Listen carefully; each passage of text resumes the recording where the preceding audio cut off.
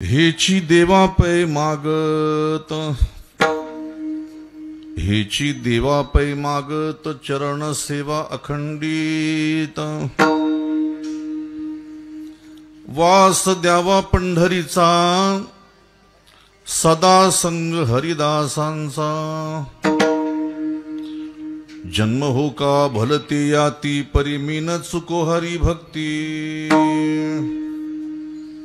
वास द्यावा पंढरीचा, सदा संग हरिदासांचा। नामा म्हणी कमळापती, हेची द्यावे पुढता पुढती। वास द्यावा पंढरीचा, सदा संग हरिदासांचा। पांडुरंगा करू प्रथम नमन, दुसरे चरण संताचिया। त्यांच्या कृपादाने कथेचा विस्तारू, बाबाजी सद्गुरु दास तुका। लोकाभिराम मरणरंगधीरम, राजीव नेत्रम रघुवंशनाथम। कारुण्यरूपम करुणाकरंतम, श्रीरामचंद्रम शरणं प्रपद्ये। मनोजवं मरुततुल्यवेगं, जितेन्द्रियं बुद्धिमतां वरिष्ठं। वातात्मजं वानरयूथमुख्यं, श्रीरामदूतं शरणं प्रपद्ये। मंगलभवन अमंगलहारी, द्रवसु दशरथाजर बिहारी। सिया राममय सब जग जानी, करहु प्रणाम जोरी जुगपाणी। जयांचे केलिया स्मरण, होय सकळ विद्यांचे अधिकरण। तेची वंदू श्री चरण, श्री गुरूंचे ते नमस्कारोणी आता। या देवी सर्वभूतेषु बुद्धि रूपेण संस्थिता। नमस्तस्ये नमस्तस्ये नमस्तस्ये नमो नमः। चौक भरीलासनी, चौक भरीलासनी। पाचारिली कुलस्वामी, पाचारिली कुलस्वामिनी। वैकुंठ वासिनी, ये धावोनी झडकरी। हे वैकुंठ वासिनी, ये धावोनी झडकरी। वैकुंठ वासिनी, ये धावोनी झडकरी। चौक भरीला पाचारिले कुळ स्वामिनी। वैकुंठ वासिनी, यही धावोनी झडकारी। चौक भरीला पाचारिली कुळ स्वामी। ये वैकुंठ वासिनी, ये धावोनी झडकरी।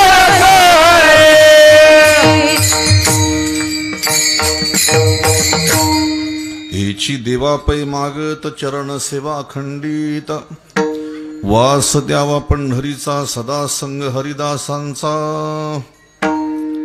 आजच्या या प्राप्त प्रसंगी कीर्तनरूपी सेवेकरिता निवडलेला अभंग या पवित्र महाराष्ट्रातील पवित्र जलतीर्थ अमृतवाहिनी चंद्रभागा मातेच्या तीरावर असलेलं भूवैकुंठ पंढरपूर, या पंढरपूर क्षेत्रातील श्री पांडुरंग परमात्म्याचे लढिवाळ भक्त शिरोमणी संत श्रेष्ठ नामदेव महाराज यांचा हा चार चरणाचा अभंग सेवेकरता निवडलेला आहे। ही माणसं का बोलतात, कशासाठी बोलतात, हे त्याला तुम्ही विचारा जरा। हे काय म्हणजे बरं का असला स्वयंपाक तो स्वयंपाक सगळ्या जगात होत असतो बरं का। विठ्ठला विठ्ठला विठ्ठला विठ्ठला विठ्ठला विठ्ठला विठ्ठला विठ्ठला विठ्ठला विठ्ठला। कारण आम्ही एवढ्या लांबून जे अंतर कापून येतो आणि आल्यानंतर जर समजा तुम्हाला आमच्या अंतकरणापासूनचे जे भाव आहे तुमच्यासमोर नाही प्रगट करता आले तर समाधान मिळत नाही। आणि सगळ्यात मोठं कीर्तनकाराचं दुःख असतं कीर्तनामध्ये विक्षेप होणं. भजनी विक्षेप त्याची पै मरण, हे बाकीच्यांना काय कळणार आहे. म्हणून विक्षेप होणार नाही याची खबरदारी तुम्ही घ्या, बाकी सगळं माझ्यावर सोडून द्या. अभंग संत शिरोमणी नामदेव महाराजांचा आहे आणि अभंगामध्ये संत श्रेष्ठ नामदेव महाराज श्री भगवंताकडे मागणी करतायत. वारकरी संप्रदायाचा अलिखित नियम आहे की काल्याच्या पूर्वसंध्येला कीर्तन असेल तर कीर्तनकाराने मागणीपर अभंग घ्यावा. आता काही म्हणतील कुणी घातली ही मर्यादा श्रेष्ठांनी घातलेली आहे. आम्ही ज्यांना वडील म्हणतो अशा संत मंडळीने आम्हाला ही मर्यादा घातलेली आहे. यद्यदाचरती श्रेष्ठ तत्तदेवेतरो जनः यत् प्रमाणम सुकृते लोकस्तदनुवर्तते. येत वडील जे जे करीती तया नाम धर्म ठेविती येर अनुष्ठिती सामान्य सकळ. आणि म्हणून श्रेष्ठांनी घालून दिलेली मर्यादा पाळणं हे आमचं कर्तव्य आहे. म्हणून आज या ठिकाणी मी मागणीपर अभंग सेवेकरता निवडलेला आहे. आज या ठिकाणी आपल्या या पवित्र धुमाळवाडीमध्ये प्रतिवर्षी संपन्न होणारा हा हरिनाम सप्ताह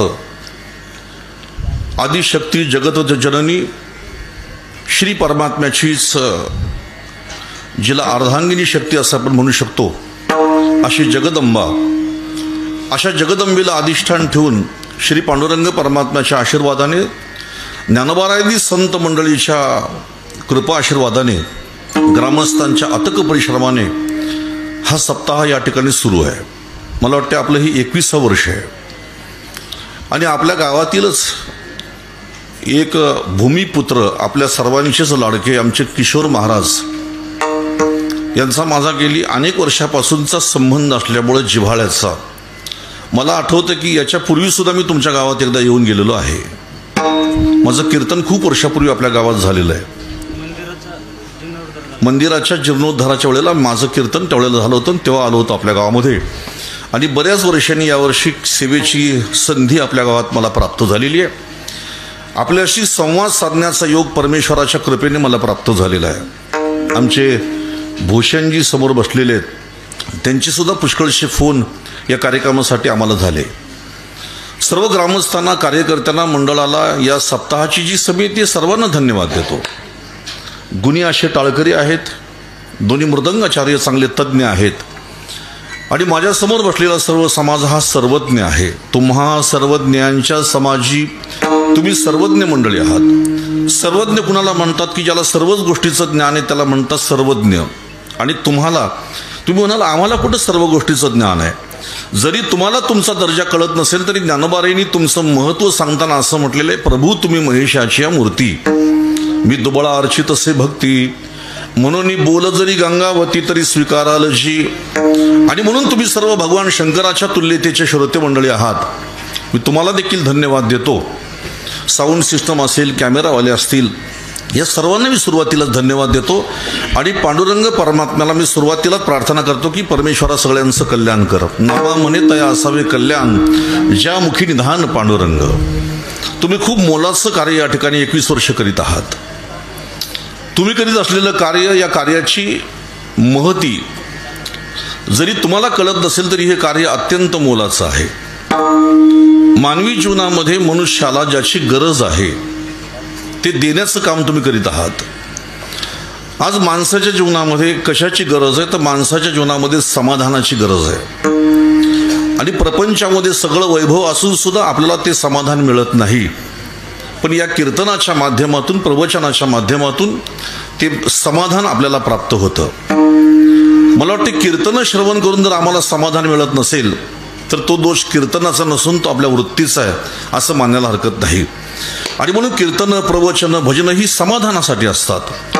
आणि हे समाधान देणारे संतांचे विचार 21 वर्षे ही मंडळी आपल्याला देण्याचं काम करीत आहेत. म्हणून मी पुनश्च त्या सर्वांना धन्यवाद देईन. आज जागराचा दिवस आहे. काल्याच्या पूर्वसंध्येचं कीर्तन त्याला जागराचं कीर्तन म्हणतात.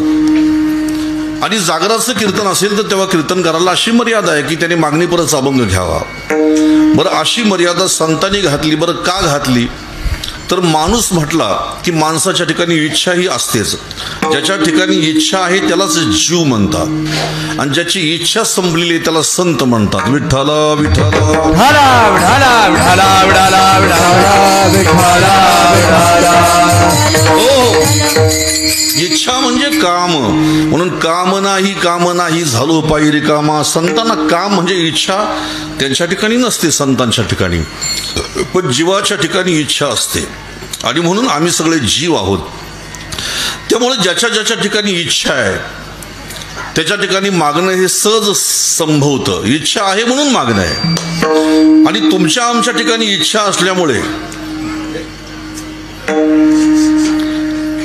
आम्ही आयुष्यामध्ये काही ना काहीतरी कोणाकडे मागत असतो.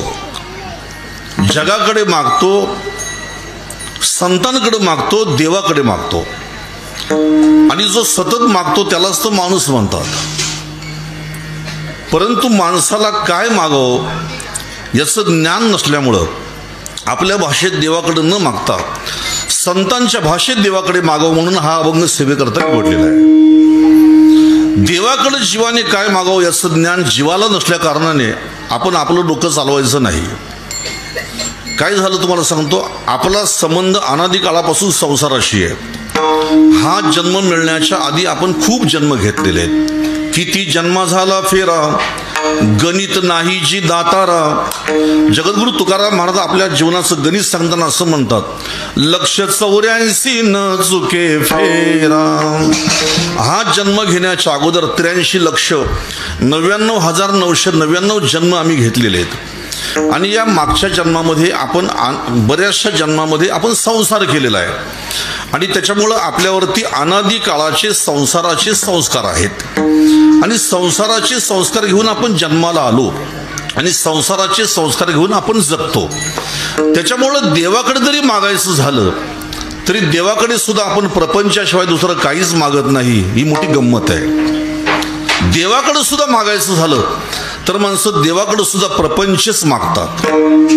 म्हणून देवाकडे प्रपंच मागणाऱ्या माणसांना शिकवण्यासाठी संतांनी काही रीत सांगितलेली आहे. म्हणून संतांचे अभंग खऱ्या अर्थाने कीर्तनामध्ये गायले जातात.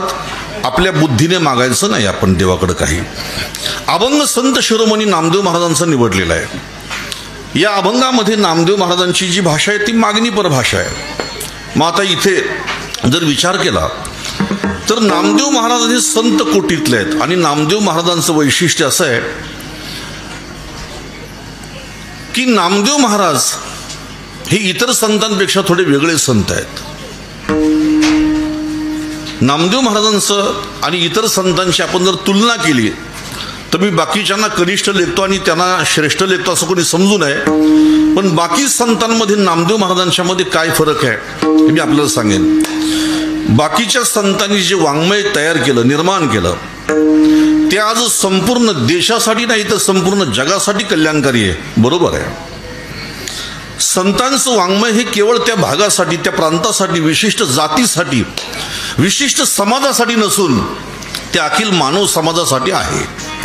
परंतु तुम्ही जर बघितलं नामदेव महाराजांनी इतर संतांचं जर बघितलं कार्य तर बाकीच्या संतांची किंमत, त्यांचं महत्व, जेव्हा ते संत ज्या कुळात जन्माला आले, ज्या भागात जन्माला आले, ज्या प्रांतात जन्माला आले, त्या प्रांताला कळलं नाही असं म्हणण्यापेक्षा, त्या भागाला कळलं नाही असं म्हणण्यापेक्षा त्यांच्या कुटुंबाला सुद्धा संतांचं महत्व नाही कळलं, हे बाकीच्या संतांच्या बाबतीमध्ये दुर्दैव आहे. विठ्ठला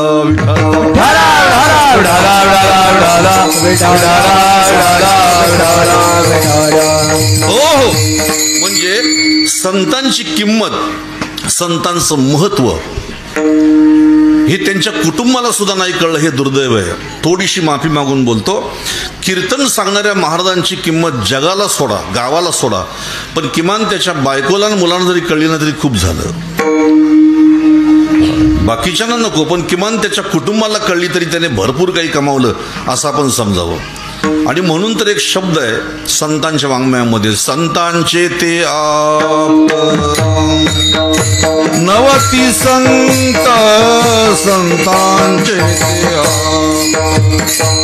नवती संत, संतांचे ते आप, नवती संत, संतांचे ते आप्त करिता कवित्व नव्हती ते संत करिता कवित्व नव्हती ते संत करिता कवित्व नव्हती ते संत करिता कवित्व नव्हते संत हे संतांचे ते आप्त नव्हते संत संतांचे ते आप्त नव्हते संत संतांचे ते आप्त नव्हते संत संतांचे ते आप्त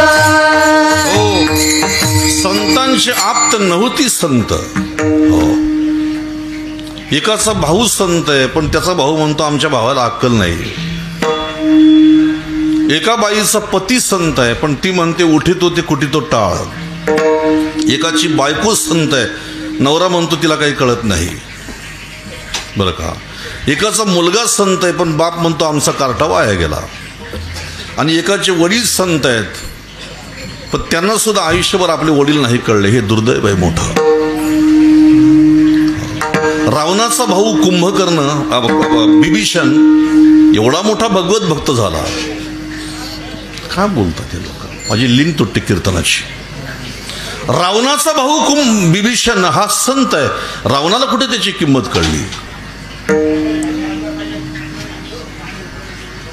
हिरण्यकश्यपाचा पुत्र प्रल्हाद एवढा मोठा भक्त आहे पण बापाला कुठे किंमत कळली.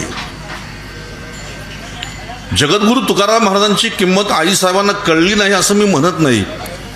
पण मात्र त्या तुकोबारायांचं भजन सुरू झालं की त्या भांडे आपटायच्या आणि म्हणायच्या उठितो ते कुठितो टाळ किंवा न करवे धंदा आयता तोंडी पडे लोंदा असं म्हणायच्या. एकाची बायको संत होऊन गेली. कराडमध्ये सखुबाई नावाच्या संत होऊन गेल्या. नवऱ्याला सासूला किंमत कुठं कळली त्यांची. आणि शांती ब्रह्म एकनाथ महाराज एवढे मोठे संत झाले की भगवंताने त्यांच्याकडे काम करावं. बरं का. श्री एकनाथ सदनी माधवजी सर्व कामे ही करीतो स्वकरे चंदन उगाळी गंगेचे पाणी कावडीने भरितो. कावडीने पाणी जा घरी चक्र पाणी वाहे कावडीने जा घरी चक्र पाणी वाहे कावडीने पाणी जा घरी चक्र पाणी वाहे कावडीने पाणी जा घरी चक्र पाणी वाहे अनन्य भक्ती भावे निरावंतिताच पाय अनन्य भक्ती भावे निरावंतिताच पाय अनन्य भक्ती भावे निरावंतिताच पाय अनन्य भक्ती भावे निरावंतिताच पाय आरती स्वामी एकनाथा आरती स्वामी एकनाथा आरती स्वामी एकनाथा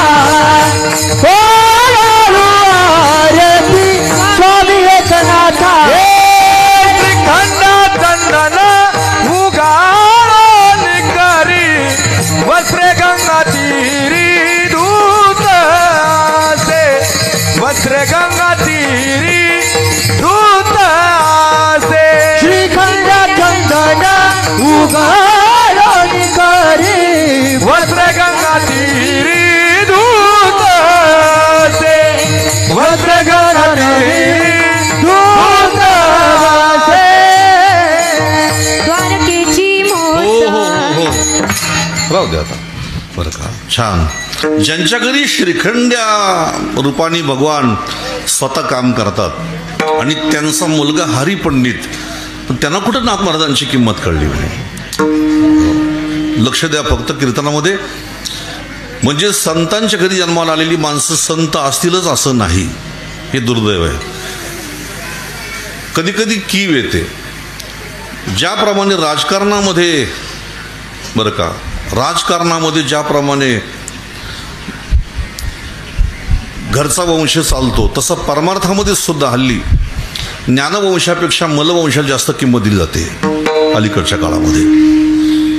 बापाच्या नंतर त्याच्या मुलाचा फोटो, त्याच्यानंतर त्याच्या नातवाचा फोटो, हे सगळे फोटो लावले जातात. दुर्दैव आहे. एखाद्या कुळामध्ये एखादा संत होतो, पण माझ्या नामदेव महाराजांच्या कुळाचा जर विचार केला तर नामदेवाचे घरी 14 जण स्मरती आले.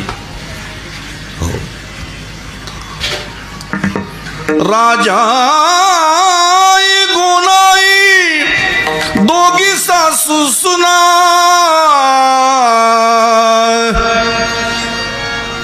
दामा नामा जान बाप लेक, नारा विठा मादा गोंदा चौघे पुत्र जन्मले पवित्र त्याचे वंशी, लाडाई गोडाई वेसाई साखराई चौघी सुना पायी नामयाच्या, लिंबाई ती लेकी आऊबाई बहिणी वेडी पिशी जणी नामयाची. घरामध्ये 14 माणसं संत जन्माला आले आणि दासी होती ती सुद्धा भगवत भक्त. काय कुटुंब आहे नामदेव महाराजांचं.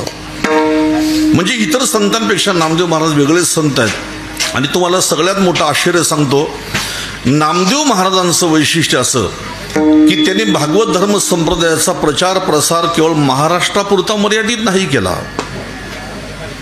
तर त्याने भागवत धर्म संप्रदायाची पताका पंजाबपर्यंत नेऊन पोचवली. जास्तीत जास्त या देशावरती आक्रमणही पंजाब प्रांतातून, अमृतसर भागातून व्हायची. आणि म्हणून धर्म जागरणाचं काम सगळ्यात जास्त कोणी केलं संत परंपरेमध्ये तर आमच्या नामदेव महाराजांनी केलं. तुम्हाला एक वैशिष्ट्य सांगतो. आता एक सप्ताह झाला मोठा त्या घुमानला, आपल्याला माहिती असेल, आणि त्याच्यामध्ये माझं कीर्तन होतं. आणि त्या कीर्तनासाठी मी नामदेव महाराजांचा पंजाबी भाषेतला अभंग घेतला होता. पंजाबी भाषेतला संत नामदेव महाराजांचा अभंग. आणि तो पंजाबी भाषेतला अभंग घेतल्यानंतर तिथल्या लोकांना खूप भावलं की नामदेव बाबा का हमारे पंजाबी भाषे में ये अभंग महाराज जी गा रहे हे कीर्तन में. त्यांनी खूप कौतुक केलं त्या ठिकाणी.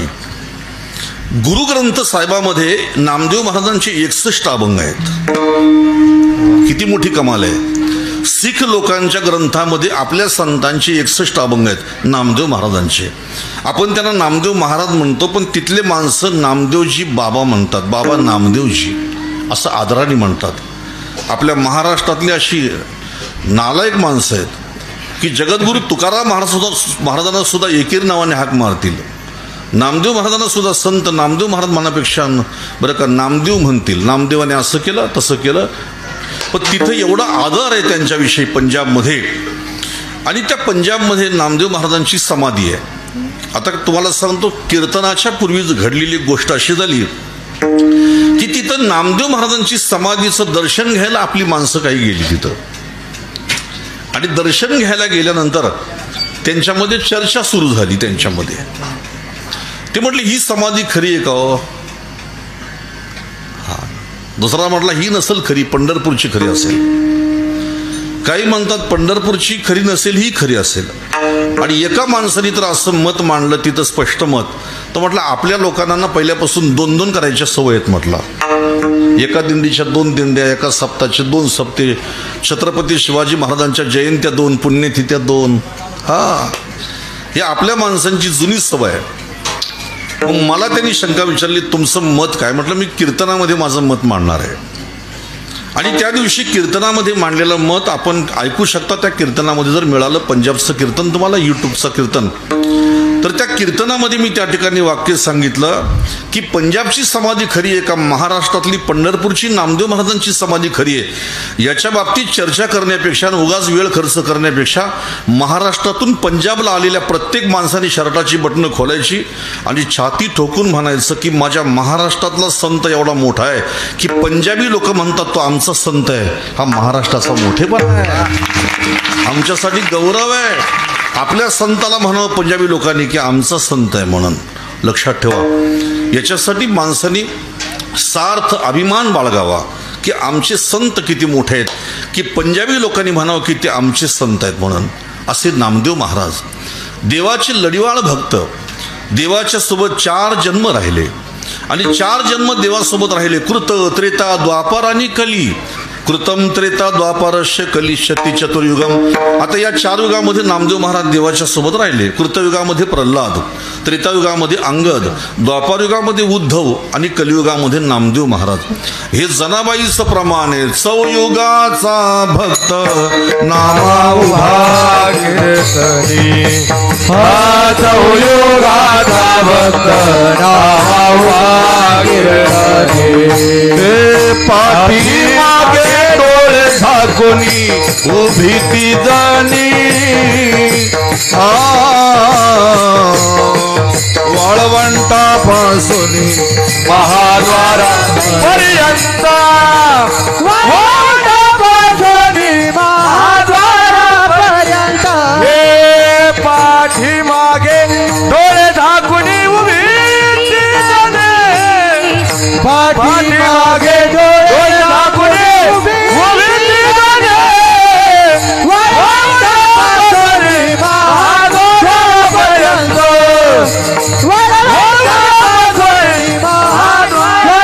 महाद्वारापर्यंत, हे चौयुगाचा भक्त नामा उभा कीर्तने, उभा कीर्तने. पाठीमागे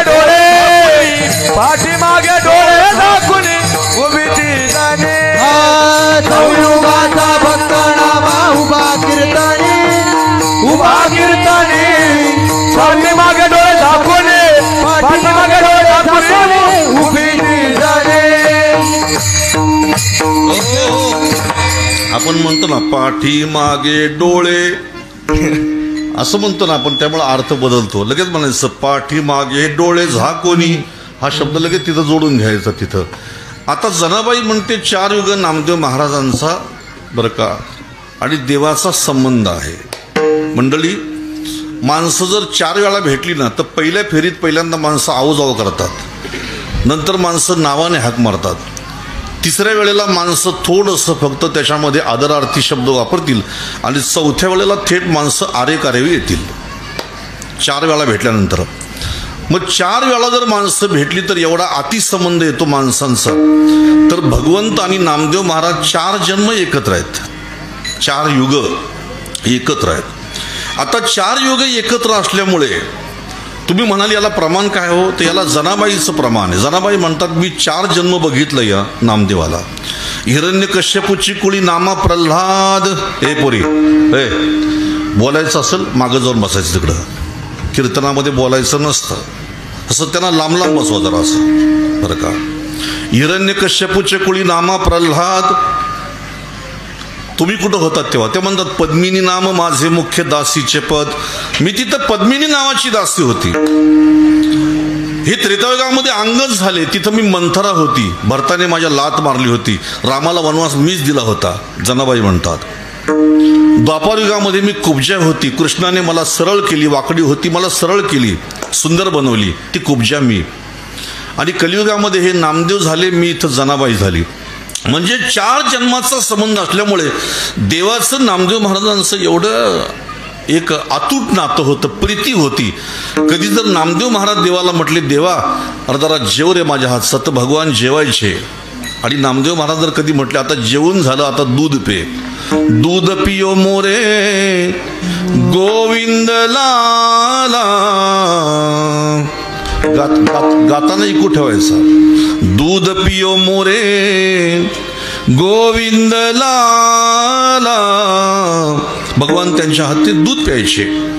एवढं अतूट नातं देवाचं नामदेव महाराजांचं. एकदा वाळवंटामध्ये नामदेव महाराजांचं कीर्तन सुरू झालं आणि त्या कीर्तनामध्ये भगवंत एवढे नाचले बरं का, किती नाचले.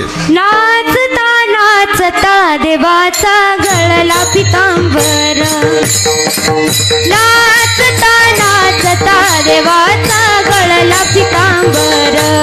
नाचता नाचता देवाचा गळला पितांबर, नाचता नाचता देवाचा गळला पितांबर.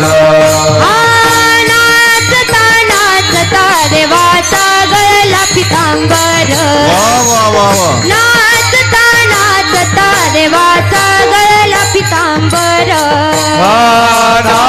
नाचता नाचता देवाचा गळला पितांबर होय देवा नाचता नाचता देवाचा गळला पितांबर सावध होई देवाईसे बोले कबीर सावध होई देवाईसे बोले कबीर सावध होई देवाईसे बोले कबीरा ऐसे बोली कबीरा नाच कीर्तन करी पुढे देवनाचे पांडुरंग नामदेव कीर्तन करी पुढे देवनाचे पांडुरंग पुढे देवनाचे पांडुरंग नामदेव कीर्तन करी पुढे देवनाचे पांडुरंग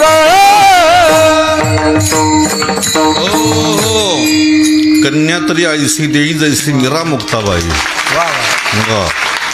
मला सांगा तुम्ही अशा मुली जर बघितलं तर कोण म्हणेल मला मुलगी नको म्हणून सांगा पाहू.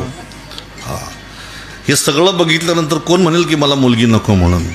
हो जे म्हणतात ना आम्हाला मुलगी नको एक नंबरचे दुर्दैवी माणसं आहेत ते करंट कपाळाचे आहेत ते. हो एक हिंदीमध्ये एक शायरी आहे बोलू नको तुम्हाला मी शायऱ्या बिऱ्या बोलत नाही पण मला आठवली या प्रसंगी असं काही ठरलेलं नव्हतं पण मला पटकन आठवली. ओ बाग है ना फूल जहाँ कोई तितलियाँ ना हो ओ बाग है ना ओ फूल है जहाँ कोई तितलियाँ ना हो ओ घर भी कोई घर है जहाँ कोई बेटियाँ ना हो. काय त्या घराला किंमत की त्या घरामध्ये मुलगी नसेल. बघा छान बरं का ही मुलगी भविष्यामध्ये खूप मोठी होईल माझा आशीर्वाद आहे तिला. तिने प्रमाण गायलं म्हणून आशीर्वाद तर देतोच पण तिने स्वरात गायलं स्वर किती पक्का आहे तिचा बरं का. बाया गातात खूप छान पण कर्ण कर्कश आवाज असं वाटतं की कानाचे आता आपले पडदे फाटून जाणार एवढे कर्कश गातात पण अगदी स्वरामध्ये तिने गायल्यामुळं खूप मला समाधान वाटलं. आणि हे आता जे तिने प्रमाण दिलं की नाचता नाचता देवाचा गळला पितांबर तो प्रसंगही मी तुम्हाला एका मिनिटात सांगतो. काय झालं वाळवंटामध्ये संतांचं संमेलन आणि त्या संतांच्या संमेलनामध्ये सगळे संत जमा झाले होते. विशेष म्हणजे उत्तर भारतातून कबीर महाराज सुद्धा महाराष्ट्रामध्ये आले होते पांढरा झेंडा घेऊन. आणि कबीर महाराज या महाराष्ट्रामध्ये संत संमेलनामध्ये आले. मग कीर्तन कोणी करायचं सर्वानुमते ठरलं की नामदेव महाराजांनी कीर्तन करायचं. कीर्तनामध्ये टाळ घेऊन उभे ज्ञानोबाराया उभे आहेत माईकच्या समोर गोरोबा काका सावता माळी कबीर महाराज स्वतः उभे आहेत टाळ घेऊन. कीर्तन ऐकायला समोर निवृत्तीदादा बसलेले आहेत बाजूला जनाबाई बसलेल्या आहेत. नामदेव महाराजांचं कीर्तन सुरू झालं आणि त्या कीर्तनामध्ये भगवान स्वतः आले. कोणाचंच लक्ष नव्हतं आणि कोणाचं लक्ष नसल्यामुळे जनाबाईचं लक्ष गेलं की अरे भगवान तर कीर्तनामध्ये आलेत आणि कीर्तनाच्या टाळकऱ्यांच्या मध्ये उभे राहिलेत. आणि मग तेव्हा जनाबाईने आदेश दिला कुणाला ज्ञानोबारायांना जनी म्हणे ज्ञान देवा बोला भंग. कुणालाच नाही सांगितलं माऊलीला सांगितलं जनाबाईने. म्हणजे आमच्या वारकरी संप्रदायाने महिलांना अधिकार हा 750 वर्षापूर्वीच दिलाय. फक्त महिलांनी फक्त मर्यादेमध्ये कीर्तन करावी. विठ्ठला विठ्ठला विठ्ठला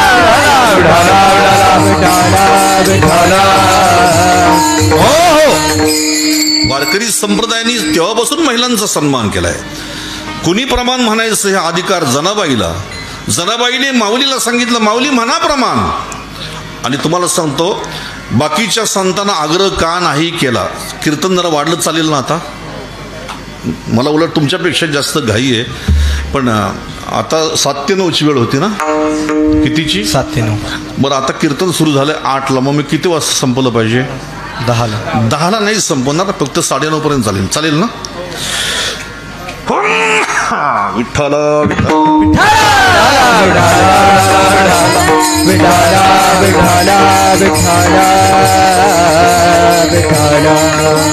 हो मगाशी इकडे आलो मी येण्याच्या म्हणजे कीर्तन करण्याच्या म्हणजे परिस्थितीमध्ये नव्हतो हे भूषण दादाला माहिती आहे. माझी तब्येत खूप खराब जसं घोटी ओलांडून इकडे वळलो या मार्गाला तब्येत माझी खूप खराब. मला सर्वायकल स्पॉन्डिलिसिसचा भरपूर जास्त त्रास आहे आणि त्याला एकच पर्याय डॉक्टर म्हटले फक्त आता तुम्हाला 3 महिने 100% बेड रेस्ट घ्यायचे. आणि एवढा त्रास सुरू झाला मगाशी त्यांच्या घरी आल्यानंतर मला असं वाटलं मी कीर्तन कसं करीन, पण फेटा बांधला, पांडुरंगाला प्रार्थना केली, पडता जड भारी दासी आठवावा हारी हे प्रमाण आठवलं आणि आता मी पूर्णपणे बरा आहे. तुम्ही म्हटले 12 वाजो तरी मी 12 वाजेपर्यंत कीर्तन करू शकतो, पण 9:30 पर्यंत मी कीर्तन करणार आहे. चालेल ना तुम्हाला सर्वांना? ठीक आहे. जर 9:45 वाजले तर तरी पण चालेल. वा वा, छान. आणि मी तुमच्या गावचा हा या मंडपातला फोटो काढून घेऊन जाणार आहे इकडनं मागच्या बाजूने आणि उभ्या महाराष्ट्राला दाखवणार आहे की अकोले तालुक्यामध्ये असे गाव आहे का तिथं महिलांची संख्या 75% आणि पुरुषांची 25%. आणि म्हणून माझं आणि सरकारचं चांगलं असल्या कारणाने तुम्हाला आता काहीतरी पैसे कमी केलेत, 500 रुपये असं मला ऐकायला आलं, तर तुमचे 1500 कमी न करता उलट तुम्हाला 2000 कसे होतील याच्यासाठी सुद्धा मी विनंती करीन. विठ्ठला विठ्ठला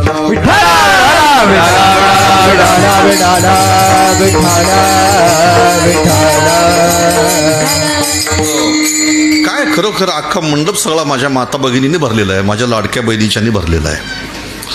हो, ऐका जरा. आता जनाबाईने सांगितलं माऊली का बरं, बाकीच्यांना आग्रह नाही केला, जनाबाईने ज्ञानोबारांनाच आग्रह का केला? तुम्ही याचा विचार कधी केला? तर याचा विचार तुम्ही कधीच केला नाही की जनाबाईने गोरोबा काका म्हणा अभंग, सावतबा म्हणा अभंग, कबीर महाराज म्हणा अभंग, एकालाही नाही सांगितलं, फक्त सांगितलं ज्ञानोबारायांना. जनी म्हणे ज्ञानदेवा बोला अभंग. लक्ष द्या जरा. तर त्याचं कारण आहे माईक समोर हे दोघं उभे राहिलेत. तुमचं नाव काय? तुषार महाराज. तुषार महाराज. तुमचं नाव? शशिकांत महाराज. शशिकांत महाराज. हे दोन्ही महाराज या ठिकाणी तुम्ही गायनासाठी ठेवलेले आहेत, कारण त्यांना स्वर आहे, ताल आहे आणि अतिशय मस्त शास्त्रीय शास्त्र शुद्ध त्यांचं गायन आहे. वारकरी संप्रदायाचं कीर्तनाला पोषक असलेलं त्यांचं गायन आहे. मला तुम्ही सांगा, आता मी जर यांना म्हटलं की तुम्ही साल म्हणा तर त्याच्यामध्ये काही विशेष नाही, पण ज्याला गाताच येत नाही त्याला जर म्हटलं ये रे बाबा इकडे साल म्हण, तर तो कदाचित त्याचा केलेला मी अपमान असेल. लक्षात ठेवा. बाकीच्या संतांना गाता येत नाही असं मला म्हणायचं नाही, पण माझे ज्ञानेश्वर महाराज सगळ्यांपेक्षा चांगले गायक आहेत, सर्वोत्कृष्ट गायक आहेत. माझ्या ज्ञानोबारायांचं गायन सुद्धा चांगलं होतं. म्हणून आज ज्या ज्ञानोबारायांच्या चाली आहेत, या अभंग आहेत, त्या अभंगाला कुठल्या चाली लागत नाही हे तुम्ही लक्षात ठेवा. तुम्हाला वाटलं मी सिनेमाच्या चाली माऊलीच्या अभंगाला लावीन, लागत नाही. लावल्या तरी माणसं स्वीकारत नाही, त्या अभंगाला शोभत नाही. म्हणून श्री गुरु जोग महाराज कीर्तनामध्ये सांगायचे की या ज्ञानोबारायांच्या चाली आहेत आणि त्याच चाली परंपरेने आता चालत आल्या आणि त्या चाली आज लता दिदी सारख्या गायिकेने गायल्या. लोक म्हणतात ही लता दिदीची चाल आहे, पण ही माझ्या ज्ञानोबारायांची चाल आहे. तुम्हाला मी 1-2 चाली फक्त सांगतो, लक्ष देऊन ऐका. त्यातली पहिली चाल अशी आहे का त्या अभंगाला कुठलीही चाल लावली तरी शोभत नाही आणि लावली तरी माणसं स्वीकारत नाही, आणि ती चाल अशी आहे, जरा लक्ष देऊन ऐका. आता पांडुरंग कांती दिव्य तेज झळकती, रत्न किळ फाकती प्रभा, अगणित लावण्य तेज पुंजाळती, नवर्णवे तिची शोभा, कानडा हो विठ्ठलू कर्नाटको, तेणे मज लावी यलावे धू, तेणे मज लावी यला वेधू. कीर्तन संपलं का तुम्ही यूट्यूबला जा आणि हा अभंग टाका आणि पूर्ण ऐका, किती गोड चाल आहे. दुसरी ज्ञानोबारायांची विरहिणी, घणू वाजे गुण गुण, वारवाहेरून शुना, भवतार कुहा कान्हा, वेगी भेटवा का, घणू वाजे गुण गुणा, वारवाहेरून जुना. या सगळ्या ज्ञानोबाराच्या चाली आहेत. आणि मला हा प्रसंग सांगायचा होता तुमच्या समोर की नामदेव महाराजांचं आणि देवाचं एवढं नातं की त्यांच्या कीर्तनामध्ये देवसुद्धा नाचायचे. एवढे मोठे संत नामदेव महाराज. मग जर नामदेव महाराज संत आहेत तर आम्ही असं ऐकलंय की संत त्याला म्हणतात का ज्यांच्या ठिकाणी वासना नसते. वासना निमाली समोळ ज्याची, वासना निमाली समळ जाती, वासना निमाली समळ जाती. ब्रह्मरस गोडी तयाचे फावले ब्रह्मरस गोडे तयाचे फावले, ब्रह्मरस गोडे तयाचे फावले. ब्रह्मरस गोडी तयाचे फावले. वासना निमाली समळ जाती, वासना निमाली समोर जाती, वासना निमाली समोर जाती. वासना निमाली समूळ ज्याची, ज्याची वासना निमाली, निमाली शब्दाचा अर्थ मेली, गेलेली परत येते पण मेलेली परत येत नाही. मी वासनेबद्दल बोलतोय बरं का, तुम्ही वेगळा अर्थ काढू नका. जी गेली ती परत येऊ शकते पण मेलेली येऊ शकते का परत? वासना नाही येऊ शकत. आणि म्हणून ज्यांच्या ठिकाणी वासनाच नाही त्यांना म्हणतात संत. मग आता इथे नामदेव महाराज जर संत आहेत मग ते देवाकडे का मागतात? तर त्याचं कारण तुम्हाला सांगतो. देवानी त्यांना खूप आग्रह केला की काहीतरी नामा मागा म्हणून. आता आम्ही जर देवळात गेलो तर देवाने आम्हाला काहीतरी द्यावं याच्यासाठी आम्ही देवाशी भांडतो. लायकी नसताना आपण देवाशी भांडतो. पण देव देत आहे तरी नामदेव महाराज नको म्हणतात. तुझं काही नको म्हणून देवाशी भांडतात. एक दिवशी भगवान म्हणतात नामा काहीतरी मागणार आहे, नको मला. मी तुला सांगितलं होतं ना तेव्हा, कधी प्रल्हाद होतो तेव्हा, जेव्हा नामदेव महाराज होते ना प्रल्हाद, ऐका जरा लक्ष देऊन. प्रल्हाद म्हणजे हिरण्यकश्यपाचा पुत्र. बापाने प्रल्हादाला मारण्यासाठी कित्येक प्रयोग केले पण प्रल्हादाने देवाचं भजन नाही बंद केलं. प्रल्हादासी पिता करीतो जाचानी, परितो स्मरे मनी नारायण. प्रल्हादाला एवढे मारण्याचे प्रयोग केले बापाने पण प्रल्हादाचं भजन बंद होत नाही. म्हणून भगवान खांबातून प्रगट झाले, नरसिंह अवतार घेतला, हिरण्यकश्यपाचा वध केला आणि मग प्रल्हादाला विचारलं तुला काय पाहिजे ते सांग. प्रल्हादाने देवाला एका शब्दात उत्तर दिलं, माझ्या अंतकरणामध्ये कधीही मागण्याची वासना उत्पन्न होऊ देऊ नको, एवढं एकच मला दे. याला म्हणतात भक्त. आणि मी तुला तेव्हा सांगितलंय सत्ययुगामध्ये का मला तुझं काही नको आणि तरी म्हणतोस मला माग माग माग. समजा मी मागायचा विचार केला तर तुझ्याकडं आहे तरी काय? काय मागू विठ्ठला धुरे, तुझ्याकडे आहे काय? कानातली कुंडलं मागितली असती पण ती कर्णाची घालून फिरतोस. मागो कुंडले करणीची तरी ती आणली कर्णाची.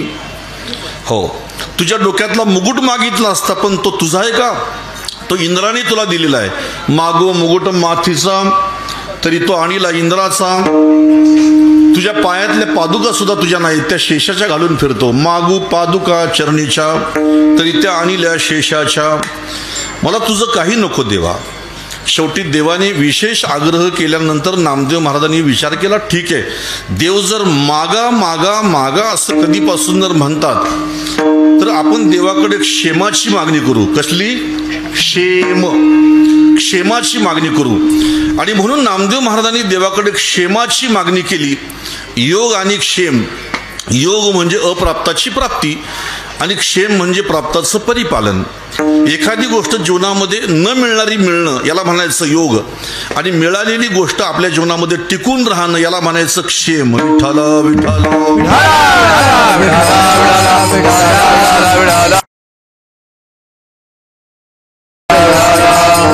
हो हो. आता तुम्हाला कळलं ना, योगक्षम वहाम्यम हे LICच्या पावतीवर छापलंय. मी काल एका कीर्तनात म्हटलो LICच्या पावतीवर लोकांचा विश्वास आहे पण देवावर विश्वास नाही लोकांचा. हे वचन देवाचं आहे, योगक्षम वहाम्यहम, पण LICच्या पावतीवर विश्वास आहे, एजंटवर विश्वास आहे लोकांचा. पण ज्याच्या मुखातून हे वाक्य निघालंय त्याच्यावर लोकांचा विश्वास नाही.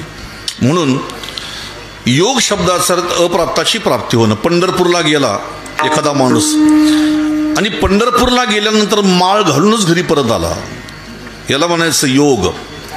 पण घातलेली माळ शेवटच्या क्षणापर्यंत टिकून राहिली तर ठीक आहे, नाही ते इलेक्शन आल्यावर काढली माळ, सत्यानाश. माळ घातलेली शेवटपर्यंत टिकून राहणं क्षेम. सप्ताह सुरू करणं योग आहे, सप्ताह 21 वर्ष टिकणं क्षेम आहे. दिंडी काढणं योग आहे, पण दिंडी बरं का 40 वर्ष टिकवणं क्षेम आहे. आणि म्हणून मनासारखी मुलगी मिळवणं म्हणजे मुलाला मनासारखी मुलगी करून आणणं योग आहे, पण तिला मनासारखी वागवणं हे सुद्धा क्षेम आहे. कुठलीही गोष्ट तुम्हाला सांगतो ना, मिळणं सोपं आहे पण कठीण असतं ते क्षेम. कठीण योगाहुनी क्षेम. म्हणून नामदेव महाराजांनी विचार असा केला, मी प्रल्हाद झालो तेव्हा भक्ती केली, उद्धव अंगद झालो तिथं भक्ती केली, उद्धव झालो तिथंही भगवंताची भक्ती केली, आणि कलियुगामध्ये नामदेव झालो इथंही मी देवाची भक्ती केली. आणि म्हणून आता आपण देवाच्याकडे मागताना भक्ती संबंधानेच मागू.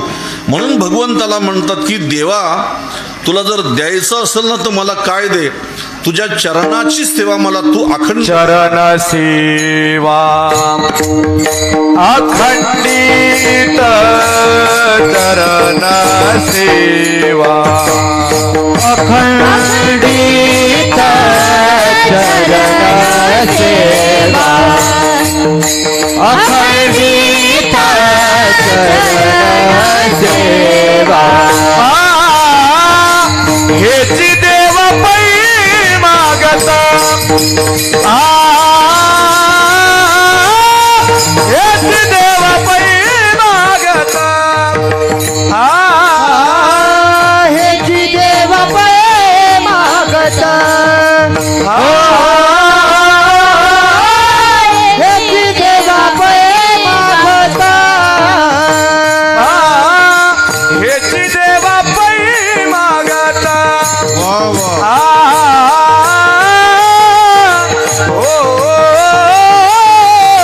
हेची देवा पै मागता हेची देव पै मागता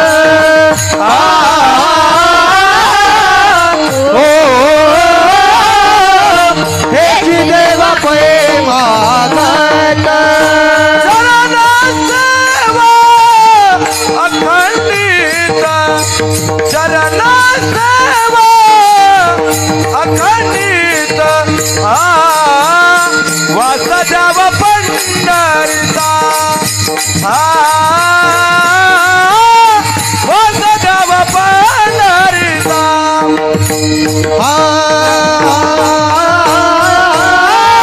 वासुदेव पंढरीचा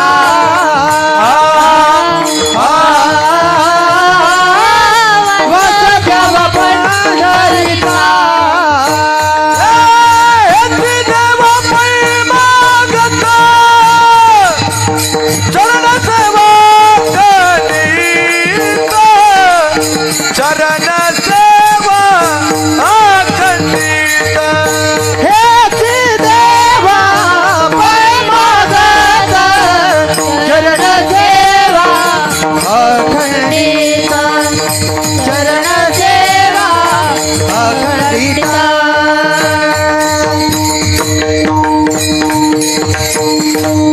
हीची देवापै मागत. तुला द्यायचंय ना मला, तर मी जे मागेन ते मला तुला द्यावं लागेल देवा, तू म्हणशील ते नाही. म्हणून ह्याची शब्दाचा प्रयोग केला. मी तुझ्याकडे हेच मागतोय, तू म्हणशील ते नाही. आणि तू म्हणशील या लोकातले भोग नको मला, स्वर्ग बिलकुल नको मला, वैकुंठ तेही नको मला. वैकुंठाचा सुद्धा त्यांनी निषेध केला. ते म्हणतात वैकुंठाशी आम्हा नको धाडुहारी, वासदे पंढरी सर्व काळ. आम्हाला तुझं वैकुंठ सुद्धा नको, आम्ही जे म्हणू ते आम्हाला दे. आता तुम्हाला एक नवल सांगतो, आश्चर्य बघा. आम्ही जर एखाद्या माणसाकडे एखादी गोष्ट मागितली, एखादी वस्तू जर मागितली, तर ती वस्तू त्या व्यक्तीकडून आपल्याला मिळेलच असं नाही. मग जेव्हा व्यक्तीकडे मागताना ती वस्तू मिळेलच असं नाही, तर आम्ही देवाकडे सुद्धा मागताना ती वस्तू आम्हाला मिळेलच असं नाही. आपल्या बाबतीत बोलतोय मी. पण नामदेव महाराजांच्या बाबतीत तसं नव्हतं. नामदेव महाराजांच्या बाबतीत असं होतं की त्यांनी फक्त नुसती इच्छा करावी. त्यांच्या मनामध्ये नुसती इच्छा जरी निर्माण झाली तरी चिंतिल्या रोकडे मनोरथ. त्यांच्या मनामध्ये नुसती इच्छा निर्माण झाली तरी भगवान ती इच्छा पूर्ण करायची. चिंतिल्या रोकडे मनोरथ. हो, एकदा अशी गंमत झाली. माऊलीच्या सोबत, ज्ञानोबारायांच्या सोबत नामदेव महाराज गेले तीर्थयात्रेला. ज्ञानोबारायांनी नामदेव महाराजांना सोबत घेऊन गेले तीर्थयात्रेला आणि फिरत फिरत ते मारवाड देशामध्ये गेले. आणि मारवाड देशामध्ये गेल्यानंतर बरोबर काही वारकरी आहेत, नामदेव महाराज आहेत, ज्ञानोबा आहेत. आणि तहान लागली म्हणून एका विहिरीमध्ये पाणी प्यायला गेले. बघतात तर त्याच्यामध्ये पाणीच नाही. पाणी होतं पण एकदम तळाशी पाणी होतं. ते ज्ञानोबाराय योग सामर्थ्याने पोपट झाले आणि पाणी पिऊन आले. आणि माऊलीने सर्वांना पाणी पाजलं, पण मात्र माझे नामदेव महाराजांनी पाणी नाही प्याले. माऊली म्हणतात, नामा प्या ना पाणी. नको नको, योगाने रिद्धीने सिद्धीने प्राप्त झालेल्या वस्तू आम्ही वैष्णव स्वीकारत नाही. असं म्हटल्याबरोबर माऊली म्हणतात, मग तुम्ही पाणी पिऊन दाखवा तुमच्या सामर्थ्याने. ते म्हटले, माझ्यामध्ये काही सामर्थ्य नाही, पण माझा पांडुरंग या विहिरीला नक्की पाणी लावणार. आणि विहिरीच्या काठावर बसून भजन सुरू केलं. संपूर्ण विहीर पाण्याने तुडुंब भरली.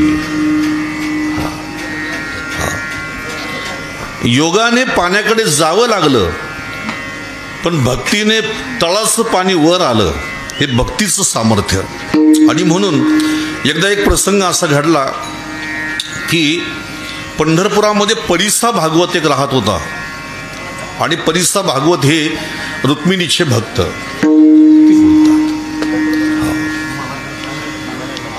परिसा भागवत हे रुक्मिणीचे भक्त. एक दिवशी रुक्मिणी माता प्रसन्न झाल्या. आईसाहेब लवकर प्रसन्न होतात. मातेचं अंतकरण आहे.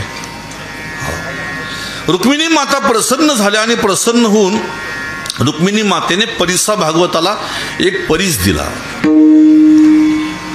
आणि तो परीस घेतला परिसा भागवताने. आणि थोड्या दिवसामध्ये परिसा भागवत हा श्रीमंत झाला. परिसाचा गुणधर्म आहे, तो लागताची प्रसंगी सोन्याची होय. तो लोखंडाला लावला की लोखंडाचं सोनं करतो. काही दिवसामध्ये परिसा भागवत गावामध्ये श्रीमंत झाला. पंढरपुरामध्ये ही कीर्ती सर्वत्र पसरली की परिसा भागवत श्रीमंत झाला. एक दिवशी नामदेव महाराजांच्या अर्धांगिनी आमच्या राजाई आईसाहेब चंद्रभागेवर पाणी भरण्यासाठी गेले असताना त्यांची भेट परिसा भागवताच्या पत्नीबरोबर झाली. आणि विचारलं, कशी आहेस ग तू? ती म्हटली, बरी आहे. राजाई, तू कशी आहेस ग? मी पण बरी आहे. मग बोलता बोलता राजाईने पटकन विषय काढला की तुम्ही अगदी कमी दिवसामध्ये श्रीमंत झालात, त्याच्यामुळं तुमचं संपूर्ण गावात कौतुक होत आहे. तिने पटकन सांगून टाकलं की माझे पती आहेत ना रुक्मिणीचे भक्त आहेत. आणि रुक्मिणी माता म्हणजे प्रत्यक्ष लक्ष्मी आहे. हो, तिच्याकडे आपण जर मागितलं तर ती कधी देत नाही असं होत नाही. राजाबाई म्हणतात, म्हणजे रुक्मिणीचे भक्त आहेत म्हणून रुक्मिणी मातेने त्यांना परीस दिला. आणि तुझे पती, तुझे सासरे आयुष्य गेलं त्यांची पांडुरंगाची पूजा करून. त्याचा रंगही काळा आहे आणि त्याने तुमच्या संसाराचं सुद्धा काळं करून टाकलं. बऱ्याचशा लोकांनी अशा गोष्टीमुळे देव सुद्धा बदलले अलीकडच्या काळामध्ये. हो, काही लोकांनी पंढरपूरच्या वाऱ्या बंद केल्या आणि शिर्डीच्या वाऱ्या सुरू केल्या. आता श्रीमंत होण्यासाठी परमार्थच नाही, मुळामध्ये अंतकरणाची स्थिती बदलण्यासाठी परमार्थ आहे. म्हणून तुमच्या डोक्यात जर गैरसमज असेल की मी परमार्थ करताना श्रीमंत होईन, डोक्यातून विषय काढून टाका तुम्ही. आपल्याला मिळणारी श्रीमंती ही तुमच्या भाग्याने मिळते. भाग्याचे नि भडसे उद्यमाचे नि मिसे समृद्धी जात आपैसे घर रिगे. 50% तुमचं भाग्य, 50% तुमचे कष्ट एकत्र आले की माणसं श्रीमंत होतात. म्हणून लक्षात ठेवायचं, कष्ट करायचे थांबायचं नाही. कधीतरी भाग्य अनुकूल होतील. आणि देवळात गेल्यानंतर देवाकडे ऐश्वर्य मागायचं नाही कधी. माझ्या पतीला परीस दिलाय. राजाबाई म्हणतात, मग मला तो परीस द्या ना एका दिवसापुरता. नाही ग, माझा पती परिसाशिवाय जातच नाही कुठं. गेला तरी परीस कमरेला बांधून घेऊन जातो. जेवायला बसला तरी परीस समोर ठेवतो. आणि झोपले तरी परीस उशाला घेऊन झोपतात. पण तुला मी देऊ कधी? राजाबाई म्हणतात, एक काम कर ना, फक्त थोड्या वेळापुरता मला द्या, मी तुमच्या पाया पडते. आता आहे ना आमची परिस्थिती खूप खालावलेली, आमच्या मुलांना खाण्यासाठी सुद्धा काही नाही. आणि माझ्या माता भगिनींचं हृदय ना दयेने भरलेलं असतं. मी प्रत्यक्ष बघितलंय. रेल्वेमध्ये चढल्यानंतर 2 पुरुष एकमेकांकडे इतक्या रागाने बघतात जसं 7 जन्माचं वैर. काय कुणास ठाऊक, काहीच वैर नसतं. पण एखादी महिला जर बसली असेल खाली तर ती पहिला प्रश्न विचारते उभं राहिलेल्या बाईला, तुम्ही कुठून आलात? मी अकोल्याची. अकोल्याची म्हणजे कुठली हो? अहो मी तांबूळची. मग ती म्हणते मी धुमाळवाडीची. झाली ओळख, चला या बसा. हे बायांचं अंतकरण आहे. आणि हे आपले रागाने बघतात जसं काय 7 जन्माचं वैर, हाड वैर जसं काय. दया आली परिसा भागवताच्या पत्नीला. पती झोपला होता, उशाचा परीस काढला, दिला राजाबाईला. पटकन घेऊन ये परत. ठीक आहे, मी पटकन आणते परत. घरी घेऊन गेली राजाबाई परीस. आणि घरी घेऊन गेल्यानंतर हातामध्ये जे मिळेल ना त्याला लावायला लागली. टिकाव भेटला सोनं, फावडा सोनं, बरं का, कुराड, कोयता, भिंतीचे खिळे सुद्धा नाही सोडले, सर्व सोन्याचे करून टाकले.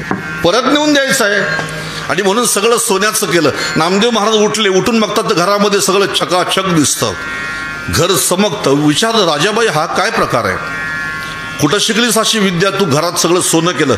विद्या काही नाही, तुम्ही आयुष्यभर त्या पांडुरंगाच्या मागं लागले. रुक्मिणीच्या भक्ताला रुक्मिणीने परीस दिलाय, त्याची ही जादू आहे. परीसा भागवताच्या पत्नीची मेहरबानी आहे.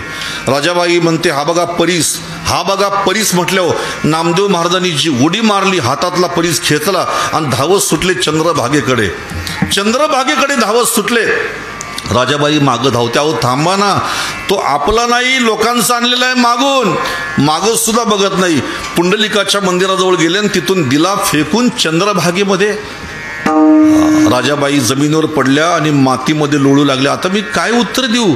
पहाटेचा प्रहर झालेला आहे आणि अशा पहाटेच्या प्रहरी राजाबाई कपाळ बडून रडतात तिथं चंद्रभागेच्या वाळवंटामध्ये. आता मी काय करू?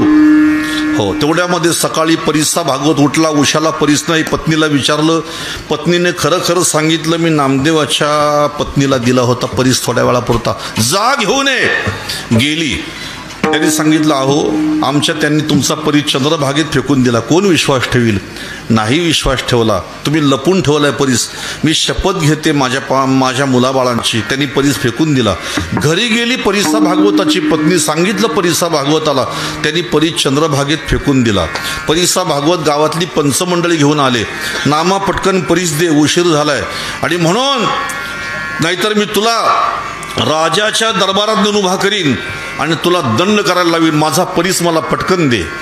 नामदेव महाराज म्हटले मी दिला चंद्रभागेत फेकून, त्याचं काय काम आहे आपल्या वैष्णवाला? मला परीस पाहिजे. असा हट्टावर जेव्हा परिसा भागवत आला तेव्हा नामदेव महाराज परिसा भागवताला घेऊन चंद्रभागेच्या वाळवंटात गेले. थांब इथं परिसा, मी आलो. चंद्रभागेच्या डोहामध्ये बुडी मारली आणि वर येताना एवढे असे ओंजळभर खडे आणले. ते खडे नव्हते, ते परीसच होते. सांगितलं हे घे, एवढे परीस आहेत बरं का, लावून बघ लोखंडाला, खरे आहेत का खोटे आहेत. तो उचलायचा, लोखंडाला लावायचा, लोखंडाचं सोनं व्हायचं. आणि ते सगळे परीस होते. मग नामदेव महाराज त्याला सांगतात यातला तुझा कुठला असेल ना तो घे, म्हणजे मी बाकीचा फेकायला मोकळा होईल. तुझा पटकन घे म्हणजे बाकीचे मी फेकून द्यायला मोकळा. परिसा भागवताचे डोळे खडखडा उघडले. मी आयुष्यभर धनाची अपेक्षा करून रुक्मिणीची भक्ती केली. रुक्मिणी मातेने मला एक परीस दिला, पण या नामाने आयुष्यभर पांडुरंगाची भक्ती केली. त्या पांडुरंगाने चंद्रभागेचे सगळे खडेच परीस करून टाकले. आणि म्हणून खरोखर हा नामा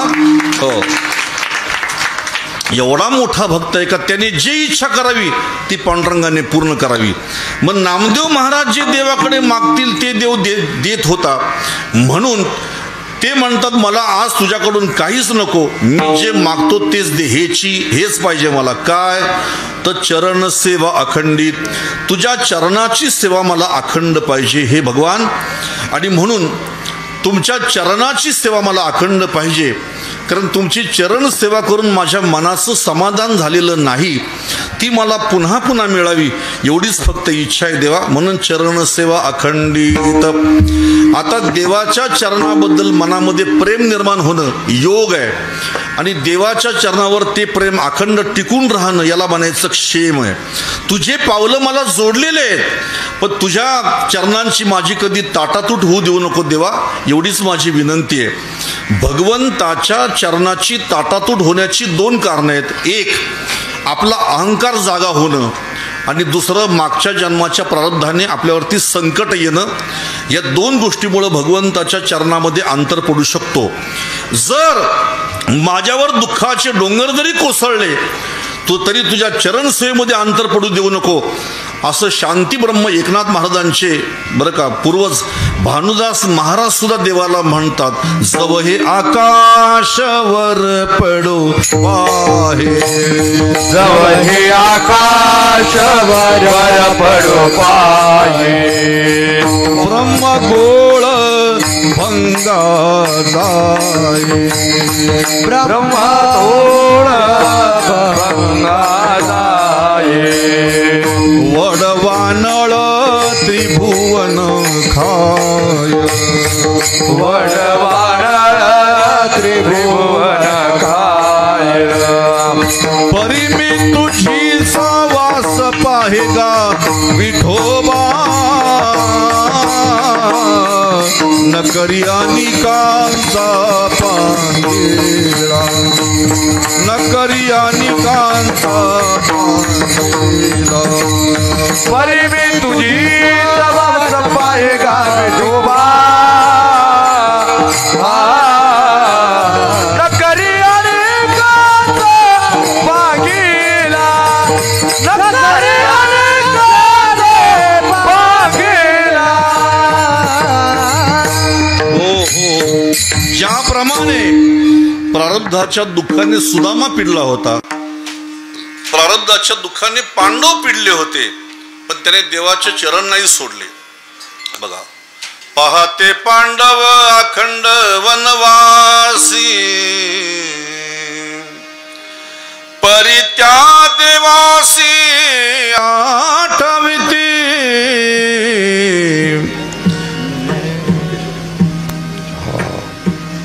स्वर धरा फक्त. प्रल्हादासी पिता करीतो जासनी, त्याच्या पुढचं प्रमाणे. सुदामा ब्राह्मण दारिद्र्य पिढीला,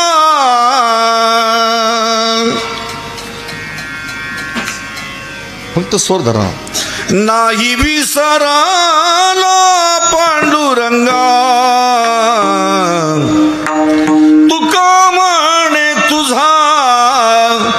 न पडावा विसरा,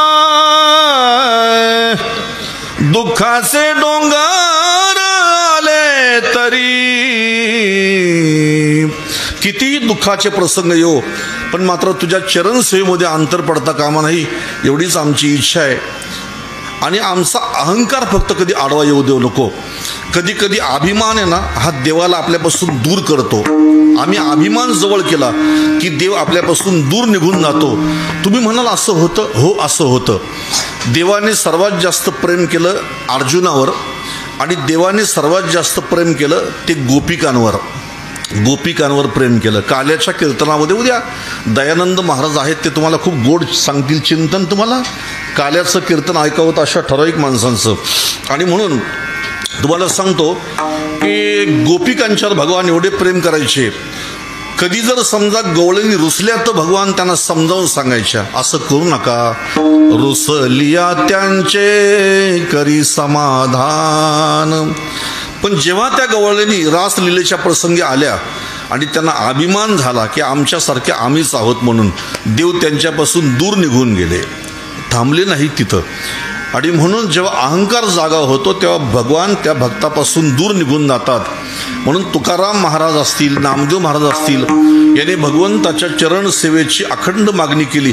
कधीही आमचा देहभाव जागा होऊ देऊ नको असं भगवंताला सांगितलं. आता पुढे ऐका, आमच्या ठिकाणी जर यदा कदाचित अभिमान जागा झालाच तर तो अभिमान आमचा कायमचा नष्ट होण्यासाठी तुला एक सांगतो, मला पंढरपुरामध्ये वास दे. अभंगाचं वास द्यावा पंढरीचा, वास द्यावा पंढरीचा, पंढरीचा वास द्यावा पंढरीचा, वास द्यावा पंढरीचा, वास द्यावा पंढरीचा,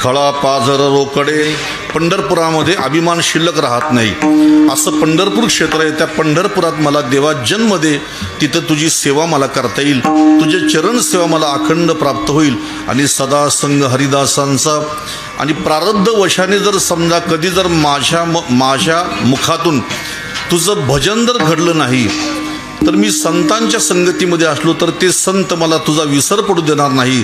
म्हणून संत संगती देई चरण सेवा, जेणे हा तुझा विसर न पडावा.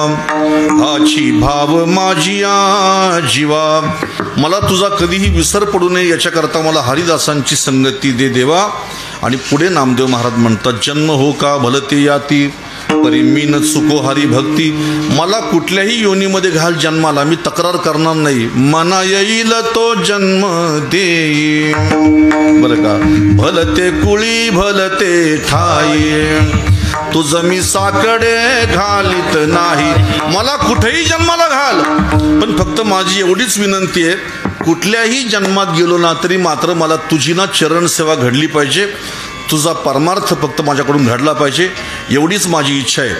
म्हणजे कर्माने जन्म मिळतो.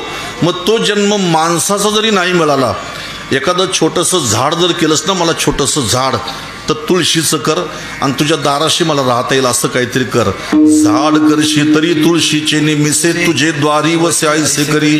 आणि मोठं झाड केलं ना तर माझी लाकडं तुझ्या मंडपाला कामा येतील असं काहीतरी कर बाबा. वृक्ष करशी तरी मंडप मेकी मिशे, तुझे द्वारी वसे आईसे करी. आणि कुत्रं केलंस ना तर तुझ्या दरवाजातला नैवेद्य खाता येईल मला तुझ्या मंदिरातला असं कुत्रं कर मला. श्वान करशी तरी उचिष्टाचे निमिसे, तुझे द्वारी वसे आईसे करी. आणि माणूस केलास ना तर असं मंदिराच्या समोर माझं घर असलं पाहिजे, म्हणजे किमान मंदिर तरी तुझं मला रोज झाडता येईल. मनुष्य करशी तरी झाड फेडी मिसे, तुझे द्वारी वसे आईसे करी. मला कुठेही जन्माला घाल, मी तक्रार करत नाही. म्हणजे भगवंताची चरण सेवा मिळावी हा भक्तांचा एकमेव हेतू आहे. आणि त्याच्यासाठी हे भक्त काहीही करायला तयार असतात. या संबंधातला मी तुम्हाला एक दृष्टांत सांगतो. विठ्ठला विठ्ठला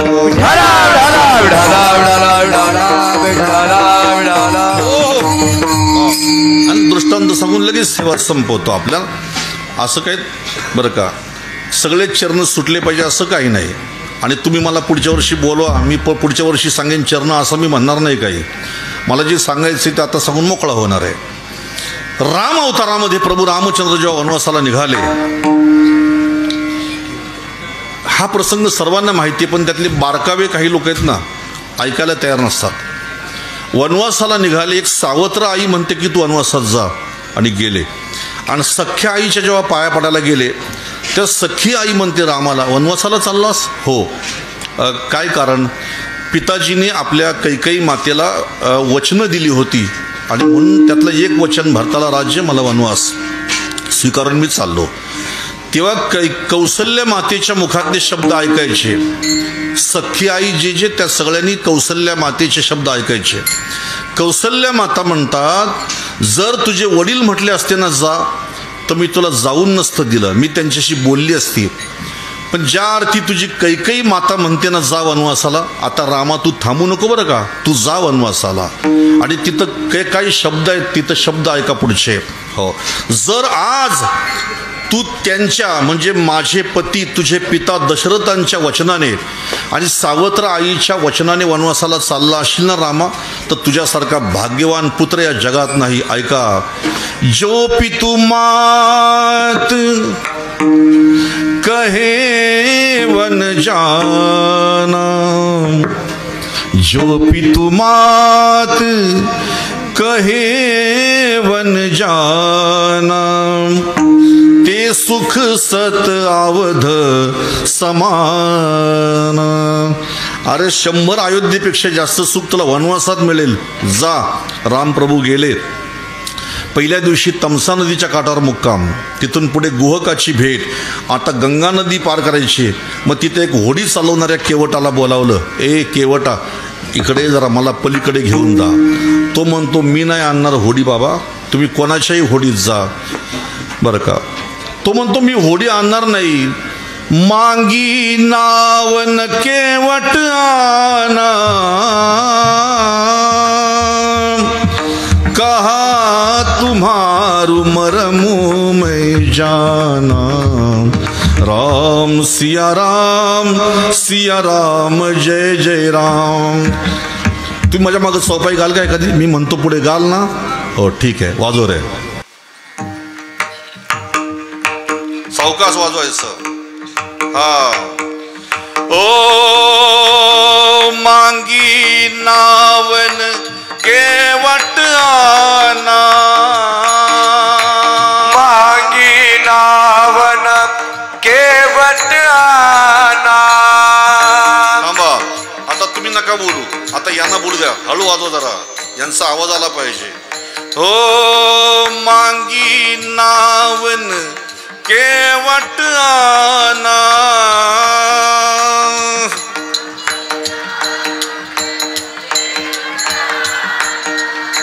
कहा तुम्हारू मरमू मैं जाना, राम सिया राम सिया राम जय जय राम, राम सिया राम जय जय राम. जय जय राम जय जय राम. मी नाही आणणार होडी. का नाही आणणार? लक्ष्मण म्हणतात मला फक्त आज्ञा द्या, याचं जर गंगा विसर्जन नाही करेन तर माझं सुद्धा नाव लक्ष्मण नाही. याचं गंगा विसर्जन करतो मी. तुम्हाला नाही म्हणतो, याला माहीत नाही तुम्ही कोण आहात ते. पुढे सीता माता म्हणतात भाऊजी तुम्ही जरा शांत व्हा. ते का नाही म्हणतात तुम्हाला त्याचं कारण माहिती आहे का? अहो आपल्याकडे तिकिटाला पैसे नाही आहेत, त्याला माहिती आहे, वनवाशी माणसं आहेत. हा, काल्याचं कीर्तन झालं, वारकरी घरी झाले का रिक्षेवाले थांबत नाही. त्यांना माहिती आहे फुकट बसल आणि वरती दोन गोष्टी सांगाल, माळ घाल ना हे वारी कर. कुणाला वेळ एवढा? बरं का. तसं केवट म्हणतो मी तुम्हाला घेऊन जाणार नाही. भगवान स्वतः त्याच्याकडे गेले. कभी कभी भगवान को भक्तों से काम पडे. त्याच्याकडे गेले, मला घेऊन चल पलीकडे. तो म्हणतो नाही घेऊन जाणार. का नाही घेऊन जाणार?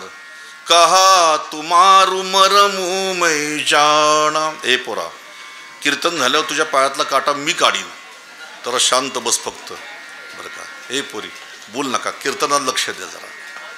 मला आज एवढा विक्षेप झालाय, पण तरी मी कशी तरी होडी माझी पलीकडे पोचवली. आता थोडीशी राहिली फक्त पोचायला. असू द्या, आता पुढे ऐका. का नाही घेऊन जाणार? महिमा चरणों की मैंने सुनी है प्रभु, नाव लकड़ी की मेरी पुरानी प्रभु.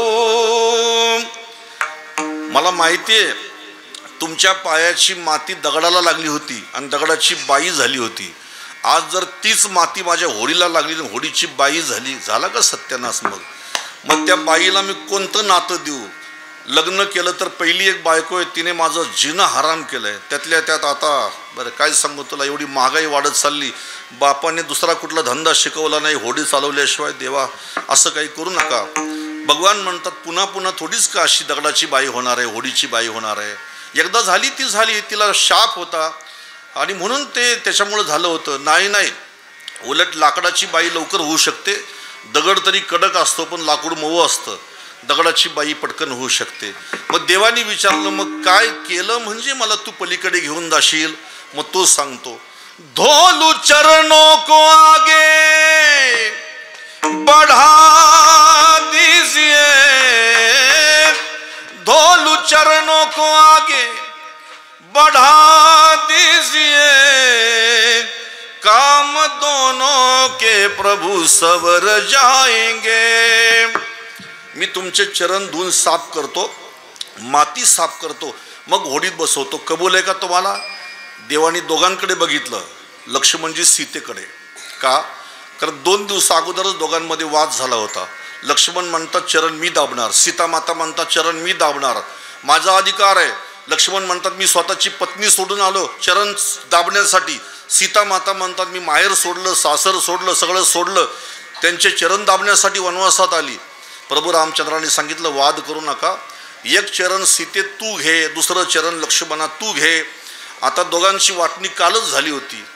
जसं 2 मुलांमध्ये वाद व्हावा प्रॉपर्टीवरून आणि मुलीचा फोन यावा का पप्पा माझं कसं काय, मग बापाची जशी अवस्था व्हावी तशी अवस्था झाली इथं भगवंताची. भगवंताने सांगितलं ठीक आहे, तुला इच्छा आहे ना चरण धुवायची, धु बाबा पटकन, कारण 9:30 वाजलेत, आता जास्त उशीर करून चालणार नाही. मग तो घरामध्ये गेला, लाकडाची काठवट आणली, लाकडाच्या काठवटीत भगवंताला उभा केला, गंगेचं तीर्थ आणलं, भगवंताचे चरण धुतले. सर्व देवतांनी आकाशामध्ये शंखनाद केला. भगवान महादेवानी सुद्धा डोळे झाकून विचार केला की कोण असेल हा केवट. माझ्या हृदयामध्ये मी जी पावलं अखंड ठेवतो, हस्ताक्षमाला हृदि कृष्ण तत्वम जीवाग्रे भागावर राम मंत्रम. लक्ष्मी ज्या चरणाची दासी आहे, आणि असले चरण हा सामान्य बरं का होडी चालवणारा माणूस धुतो. काय पुण्यवान माणूस आहे हा. तीर्थ स्वतः प्याला, कुटुंबाला पाजलं, देवाला होडीत बसवला. आता पलीकडे नेऊन त्याने प्रभू रामचंद्र, सीतामाता, लक्ष्मणजी यांना पोचवले. आता तिघही होडीतून उतरले. सीतामातेने हातातली अंगठी काढली, ही अंगठी तुला घे, भेट, सप्रेम भेट. नको मला अंगठी, मला माझी मजुरी मिळाली. अहो तुमची कृपा हीच माझी मजुरी आहे. सीतामाता म्हणतात घ्या ना. अहो त्यांनी सांगितलं मला नको, काही नको तुमच्याकडून मला. मग त्यावेळी सीतामाता त्याला खूप आग्रह करतात, काहीतरी घे, काहीतरी घे. त्यावेळेला तो म्हणतो नाही सेना नाही लेत धोबी सेना धोबी. न्हाव्याकडून कधी न्हावी केस कापायचे पैसे घेऊ शकतो का? आणि धोब्याकडून कधी धोबी कपडे धुवायचे पैसे घेऊ शकतो का? तुम्ही आम्ही एकच धंदेवाले, फक्त मी छोटा धंदेवाला, तुम्ही मोठे धंदेवाले. मी गंगेतून लोकांना पार नेतो आणि तुम्ही भवनदीतून लोकांना पार घेऊन जाता. आज तुम्ही इथं माझ्या घाटावर आले, मी तुम्हाला पलीकडे घेऊन चाललो, लेकिन जब मैं आपके घाट पर आऊँगा ना, तब मुझे उस पार ले जाना, भव सागर के उस पार. मुझे कुछ नहीं चाहिए, आपकी कृपा चाहिए. आणि मग त्याच्यानंतर एक दिवशी लक्ष्मणजी विचारतात भगवंताला, देवा विचारू, विचार पटकन लवकर. हो काय? अहो याची काय पुण्य आहे? हा होडी चालवणारा आणि तुमचे पाय धुतो गंगेचं तीर्थ घेऊन. भगवंत हसून लक्ष्मणाकडे बघून म्हणतात, लक्ष्मणा तुला सांगू, माझे चरण धुण्यासाठी त्याने जन्म घेतलाय. म्हणजे हा मागच्या जन्मीचा होता कासव, क्षीरसागरातला. आणि कासव होता. एक दिवशी लक्ष्मी माझे चरण दाबत असताना हा दर्शन घ्यायला आला होता. लक्ष्मी त्याला म्हटल्या चल रे बाजूला हो, देव झोपलेले, त्यांना जाग करू नको, उद्या ये परत. दुसऱ्या दिवशी परत आला, आता घेऊ का दर्शन? उद्या ये, आता पण देव झोपलेले आहेत. परत गेला, परत आला, आता घेऊ का दर्शन? आता नको, आता 2 दिवसांनी ये. काय करावं?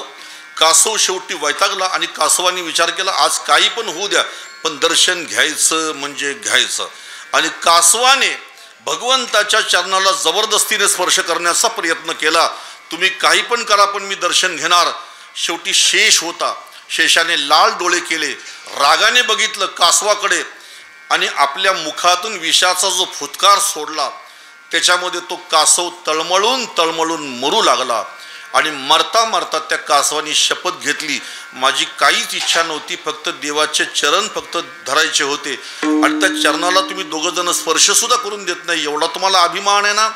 ठीक आहे, मी मरेन, पण ध्यानात ठेवा मी परत जन्म घेईन आणि तुमच्या दोघांच्या डोळ्यासमोर देवाचे चरण धुईन. असं म्हणून त्यांनी जन्म घेतला. लक्ष्मी सीता झाल्या आणि शेष लक्ष्मण झाला आणि दोघांच्या डोळ्यासमोर त्यांनी भगवंताची पावलं धुतली. याला म्हणतात भक्त. आणि म्हणून कुठेही जन्म मिळाला तरी मात्र तुझ्या चरण सेवा आम्हाला मिळावी एवढीच फक्त इच्छा आहे. म्हणून जन्म हो का भलते याती परी मी न चुको हरी भक्ती.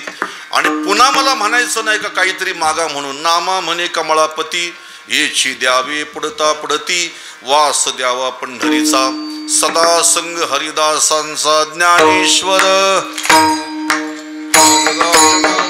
महाराज ज्ञानेश्वर माऊली ज्ञानराज माऊली तुकाराम. ज्ञानेश्वर माऊली ज्ञानराज माऊली तुकाराम. ज्ञानेश्वर माऊली ज्ञानराज माऊली माऊली. ज्ञानेश्वर माऊली ज्ञानराज माऊली. ज्ञानेश्वर माऊली ज्ञानराज माऊली तुकाराम. ज्ञानेश्वर माऊली ज्ञानराज माऊली. ज्ञानेश्वर माऊली.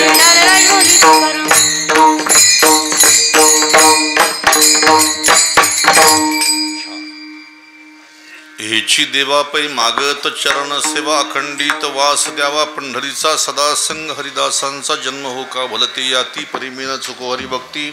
नामा म्हणे कमळापती हेची द्यावे पुढता पुढती, वास द्यावा पंढरीचा सदा संग हरिदासांचा, कीर्तनाची सेवा आई जगदंबेच्या चरणी समर्पित करतो. माझ्या वाणीला विराम देतो. ग्रामस्थ मंडळ धुमाळवाडी, विशेषतः वारकरी संप्रदायाची मंडळी असतील त्यांना धन्यवाद, इतर संप्रदायाची असतील मंडळी त्यांना धन्यवाद, राजकीय क्षेत्रातील असतील, सामाजिक क्षेत्रातील असतील, कला क्रीडा अशा विविध क्षेत्रातील मंडळी असतील त्यांना धन्यवाद, गावामध्ये तुमच्या महिला बचत गट असतील त्यांना धन्यवाद. आणि अतिशय एकदम वर्णन करण्यासारखं तुमचं हे कार्य आहे. तेव्हा या ठिकाणी मृदंगाची साथ ज्यांनी केली, काय नाव आपलं विसरलो की,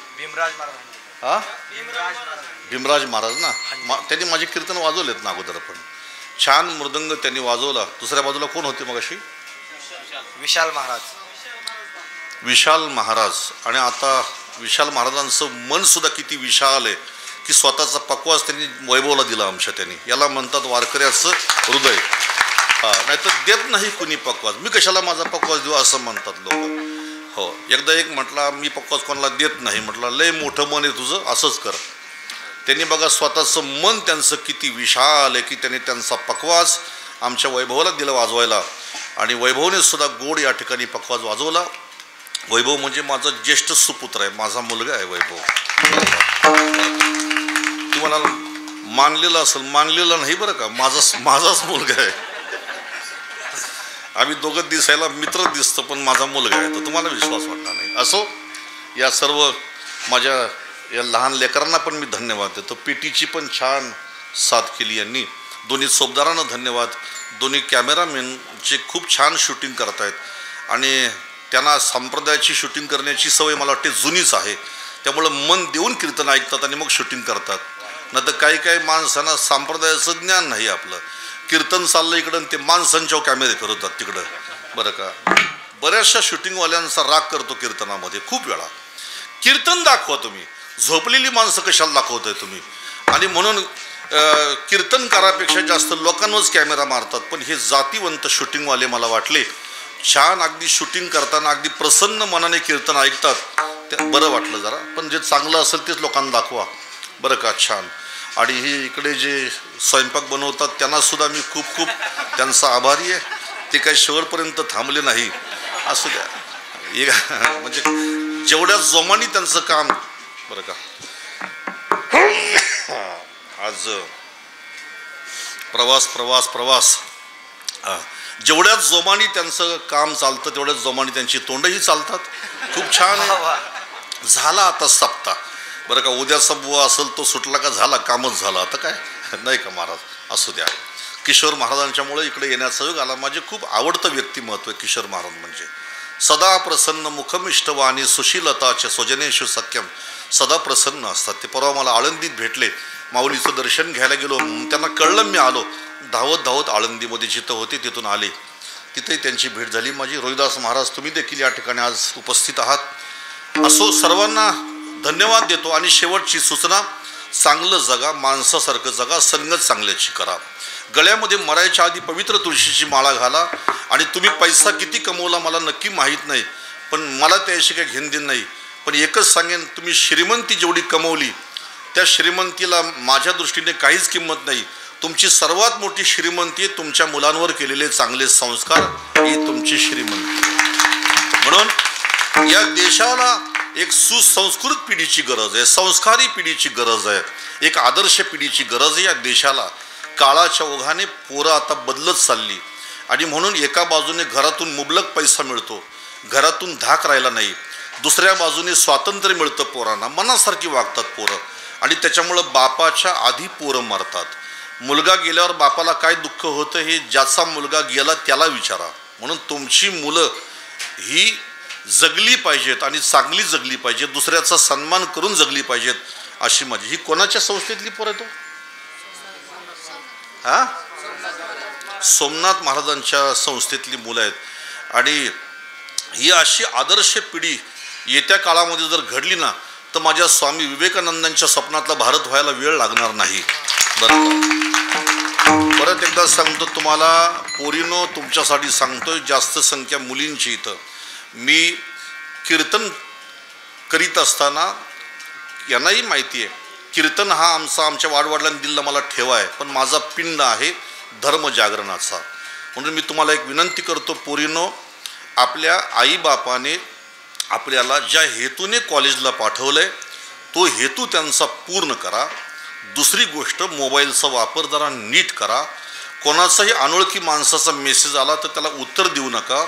कोणाशी अनोळखी माणसाशी जास्त लगट करू नका. कोणाच्याही प्रेमात पडू नका. मोबाईलवरती, व्हॉट्सअपवरती, फेसबुकवरती केलेल्या मैत्र्या या माणसाला खूप जीवनामध्ये धोका देतात. आमच्या इथं वसईला एका पोरीचे 36 तुकडे झाले. आमच्या इथं उरणला एका पोरीच्या पूर्ण देहाचे छिन्न विछिन्न तुकडे केले. काही पोरींचे प्रेत फ्रीजमध्ये सापडले, काहींचे जमिनीत सापडले, काही पोरी विकल्या गेल्या, काही परदेशात पाठवल्या, काही मुलं जन्माला घेऊन सोडून दिल्या. असं करू नका. तुमच्या अंगामध्ये झाशीची राणी आली पाहिजे, तुमच्या अंगामध्ये सावित्रीबाई फुले आली पाहिजे. आणि म्हणून तुम्हाला सांगतो, कॉलेजला जा आणि ज्या बापानी तुम्हाला जो मोबाईल घेऊन दिला 1 लाखाचा आयफोन, तो बाप फक्त गावामध्ये येताना उंच मानेने आला पाहिजे, एवढीच फक्त काळजी तुम्ही घ्या. बाकी काही करू नका. पुष्कळ सांगण्यासारखं आहे. असो, जास्त काही बोलत नाही. आणि सर्वांसाठी माझा एक मंत्र आहे, मंदिरातली मूर्ती ही माणसाने बनवलेली आहे आणि जगातला प्रत्येक माणूस हा देवाने बनवलेला आहे. मंदिरातल्या मूर्तीवर जेवढं प्रेम करताना तेवढं माणसांवर प्रेम करा. ही जगातली सर्वात मोठी भक्ती आहे. झालेली सेवा देवाच्या चरणी समर्पित करतो आणि इथेच माझ्या वाणीला विराम देतो. विठ्ठल जय जय जय विठाल जय जय विठाल जय जय विठाल जय जय विठाल जय जय विठ्ठल जय जय विठ्ठल. बोलेले कोरे वेडे वाकोडे उत्तरे करा क्षमा पराज महाराज तुम्ही सिद्ध. नाही विचारला अधिकार मिळा बोला. करा क्षमा पराज महाराज तुम्ही सिद्ध. तुका म्हणे